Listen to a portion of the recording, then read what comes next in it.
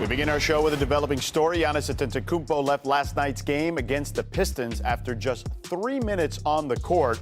He goes down with a non-contact injury, ruled a right calf strain. He did not return. This could be a major blow for the Bucks, who currently sit in the 10th spot in the Eastern Conference. Welcome in. George Sedano in for Malika Andrews today, and I've got our senior insider, Shams Charania, with me now. So, Shams, what do we know about Giannis' status at this point? George, I'm told Giannis will miss approximately 2 to 4 weeks with this right calf strain. So the worst case scenario of a more significant calf strain or an Achilles injury has been avoided, but expect both the Bucks and Giannis to be cautious with this calf strain. This is his third calf strain since April 2024. He's had 2 on the left leg, 1 on the right leg. So the Bucks here now will be playing without Giannis for an extended period of time. And the schedule gets tougher for them as we look ahead here. So what does that mean for their season going forward? George, depending on their results, their outcomes without Giannis, it could very well shape whether the franchise has an open-mindedness to the realities around this season, around Giannis and his future. We saw last night in the Detroit games, key players stepped up. Kevin Porter Jr., Ryan Rollins, and General Manager John Horst, Coach Doc Rivers, they have believed in this roster's ability to contend in the Eastern Conference. So this will now give the team a runway for its own evaluation period in the coming weeks. 7 of the next 11 games the rest of this month on the road. And we've seen with and without Giannis. With him, they have one of the best offensive ratings in the NBA. Without him, they have the worst. Wow. We'll certainly keep tabs on all of it, Shams. Thanks. Appreciate it. So Giannis has made All-NBA consecutive seasons 9 straight times here. Only LeBron has a longer active streak. Now, if he misses 9 games or more while recovering from this injury, that would make him ineligible for the awards this season. So let's dive further into what's going on here with Giannis. In the last 24 hours, we got Tim McMahon, Ramona Shelburne, the Hall of Famer Mark Spears with me now. So, Mark, how does this injury impact the Bucks-Giannis situation?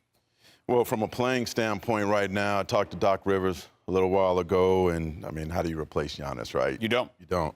But they're going to lean on their backcourt. Kevin Porter, they got Scooters averaging about 20 points per game.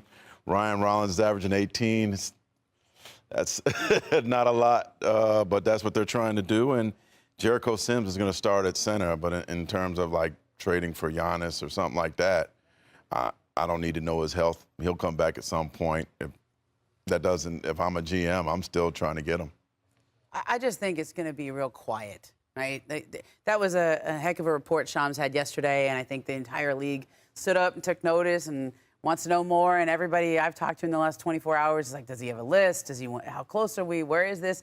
And because he's going to be out, because Giannis is going to miss, if it's a 4-week injury, that's 11 games. So that's 11 pre-games and post-games and practices and shoot-arounds that nobody's going to be asking him questions about his future in Milwaukee. And I think that's probably, other than the fact that he's not out there, that's probably good for the Bucks, because it's not going to be as much of a story and it's not going to be a distraction day-to-day, night-to-night. Those 11 games matter a lot, because if they can stay in contention without him, and they haven't been good without him so far this year, but if they can stay 500 or close to that, then you have more of a case for when he comes back to say, let's play this out. All right, so Ramona thinks that could potentially be a blessing in disguise in regards to distractions. Tim, how do you feel? A blessing for Giannis in disguise, because he doesn't have to answer the questions on a day-to-day, game-to-game basis. But the question obviously is, has Giannis played his last game in a Bucks uniform? This will absolutely not deflate his value. I mean, it's a 2-time MVP. It's one of the best players in the league. Yeah. Giannis's value is not going to be affected by a 2 to 4 week injury. And look, we've seen as recently as last season a superstar get traded while he was recovering from a calf strain. By the way, I remember that one, for Jim. another superstar who was recovering from his own injury. Right. Yeah. Now, the difference here is if Giannis gets traded, it's not going to be in secret. Okay, the Bucks will Secret coffee. Yeah, if the Bucks have to trade this guy, they will create a bidding war. Right. And again, this injury is not going to impact the interest in him. Absolutely not. All right, well, listen, I don't know if you guys realize this, but there was 45 more minutes of a game yesterday that's between right. the Bucks and the Pistons. So let's take a look at those 45 minutes Pistons of basketball. have to win this game, right? Well, we'll see. We start early in the Pick somebody third. when they're down. Just in case you missed it, the Pistons were leading when we pick it up here. And then Miles Turner with the attack on the rim on Isaiah Stewart. Everybody raves about his leadership in Milwaukee this year. Yeah. He's going to have to step up, too. Yep. Head. One of the best rim protectors in the league, by the way. 2 minutes left in the third. Isaiah Stewart inside on Bobby Portis, and then they start jawing. Oh, no. Listen. Bobby Got a little Portis nervous can do here. some damage with a punch, but I wouldn't Put mess that- with that Yeah. dude beef stew.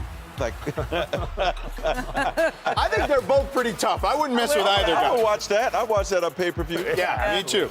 All right, so Stewart is gone. 5 on it. 2 minutes left in the fourth. Pistons lead by 5. Kevin Porter Jr. with the drive. He finds A.J. Green on the kick. That's pretty. He nails the three. They've missed Bucks, Kevin Porter Jr. when he's been out. Bucks now trail by 2. Next possession, Bucks still trail by 2. Ryan Rollins Giannis with the miss. got it. Sims with the putback. Bouncy. So he gets the and one. 13 seconds left. Pistons trail by 3. Cunningham tries. Nowhere near the basket. So the Bucks hold on to win by 4, even without Giannis. Rollins' story is amazing. The Pistons are the highest scoring team in the paint this season, but the Bucks got the upper hand on Wednesday despite getting only 3 minutes from Giannis, who is the individual leader in paint points this particular season. Milwaukee's 79% clip in the paint was also the best by any team against Detroit this season.